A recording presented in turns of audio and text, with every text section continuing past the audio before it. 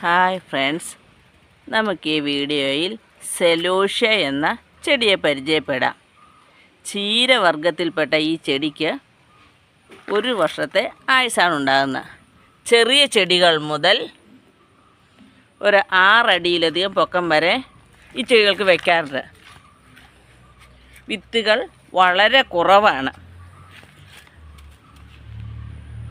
ഇത് റെഡ് കളറിലുള്ള സെലോഷ്യ, മഞ്ഞ, പിന്നെ റോസ്, ഡാർക്ക് മഞ്ഞ എന്നിങ്ങനെ വേറെ 2 കളറിലും കൂടി ഈ ചെടി സാധാരണയായി കാണാറുണ്ട്. ഡാർക്ക് മഞ്ഞ ഇവിടെ ഉണ്ടായിരുന്നു.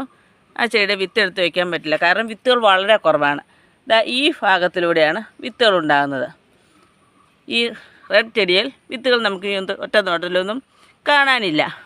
പക്ഷെ ലൈറ്റ് മഞ്ഞയിൽ വിത്ത് കാണാം. ഇതിൽ ധാരാളം വിത്തുകളുണ്ട്.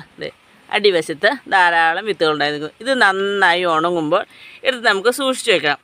എന്നിട്ട് ഒരു ഏപ്രിൽ അല്ലെങ്കിൽ മെയ് മാസത്തിലേക്ക് പാകി മുളയ്ക്കിപ്പിക്കുന്നതായിരിക്കും നല്ലത്.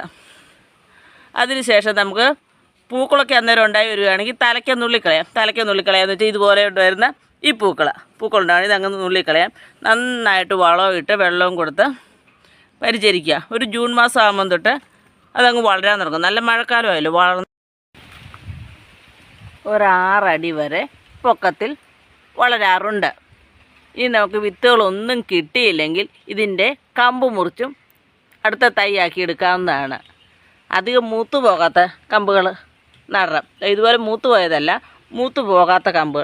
ഇതൊരെണ്ണം ഞാൻ അതുപോലെ ഒരു വിത്ത് കിട്ടാത്ത ചെടിയുടെ കമ്പ് മുറിച്ച് വെച്ച് കവറിനകത്ത് വെച്ച് തൈയാക്കി എടുത്തതാണ്. ആ തൈയിൽ നിറയെ വിത്തുകളുണ്ട്. ഇതാണ് വിത്തുകൾ. അങ്ങനെ ചില സന്ദർഭത്തിൽ നമുക്ക് വിത്തുകൾ കിട്ടാൻ വൈകും. ചില സാഹചര്യത്തിൽ നമുക്ക് ഇഷ്ടംപോലെ വിത്തുകൾ കിട്ടും. പല വർണ്ണങ്ങളിലുള്ള സെലോഷ്യ, അത് നമ്മുടെ ഗാർഡന് അഴകേകുന്ന ഒന്നാണ്. കുറേ നാളത്തേക്ക് ഇതിൻ്റെ പൂക്കൾ നിലനിൽക്കുമെന്നുള്ളതും ഇതിൻ്റെ പ്രത്യേകതയാണ്.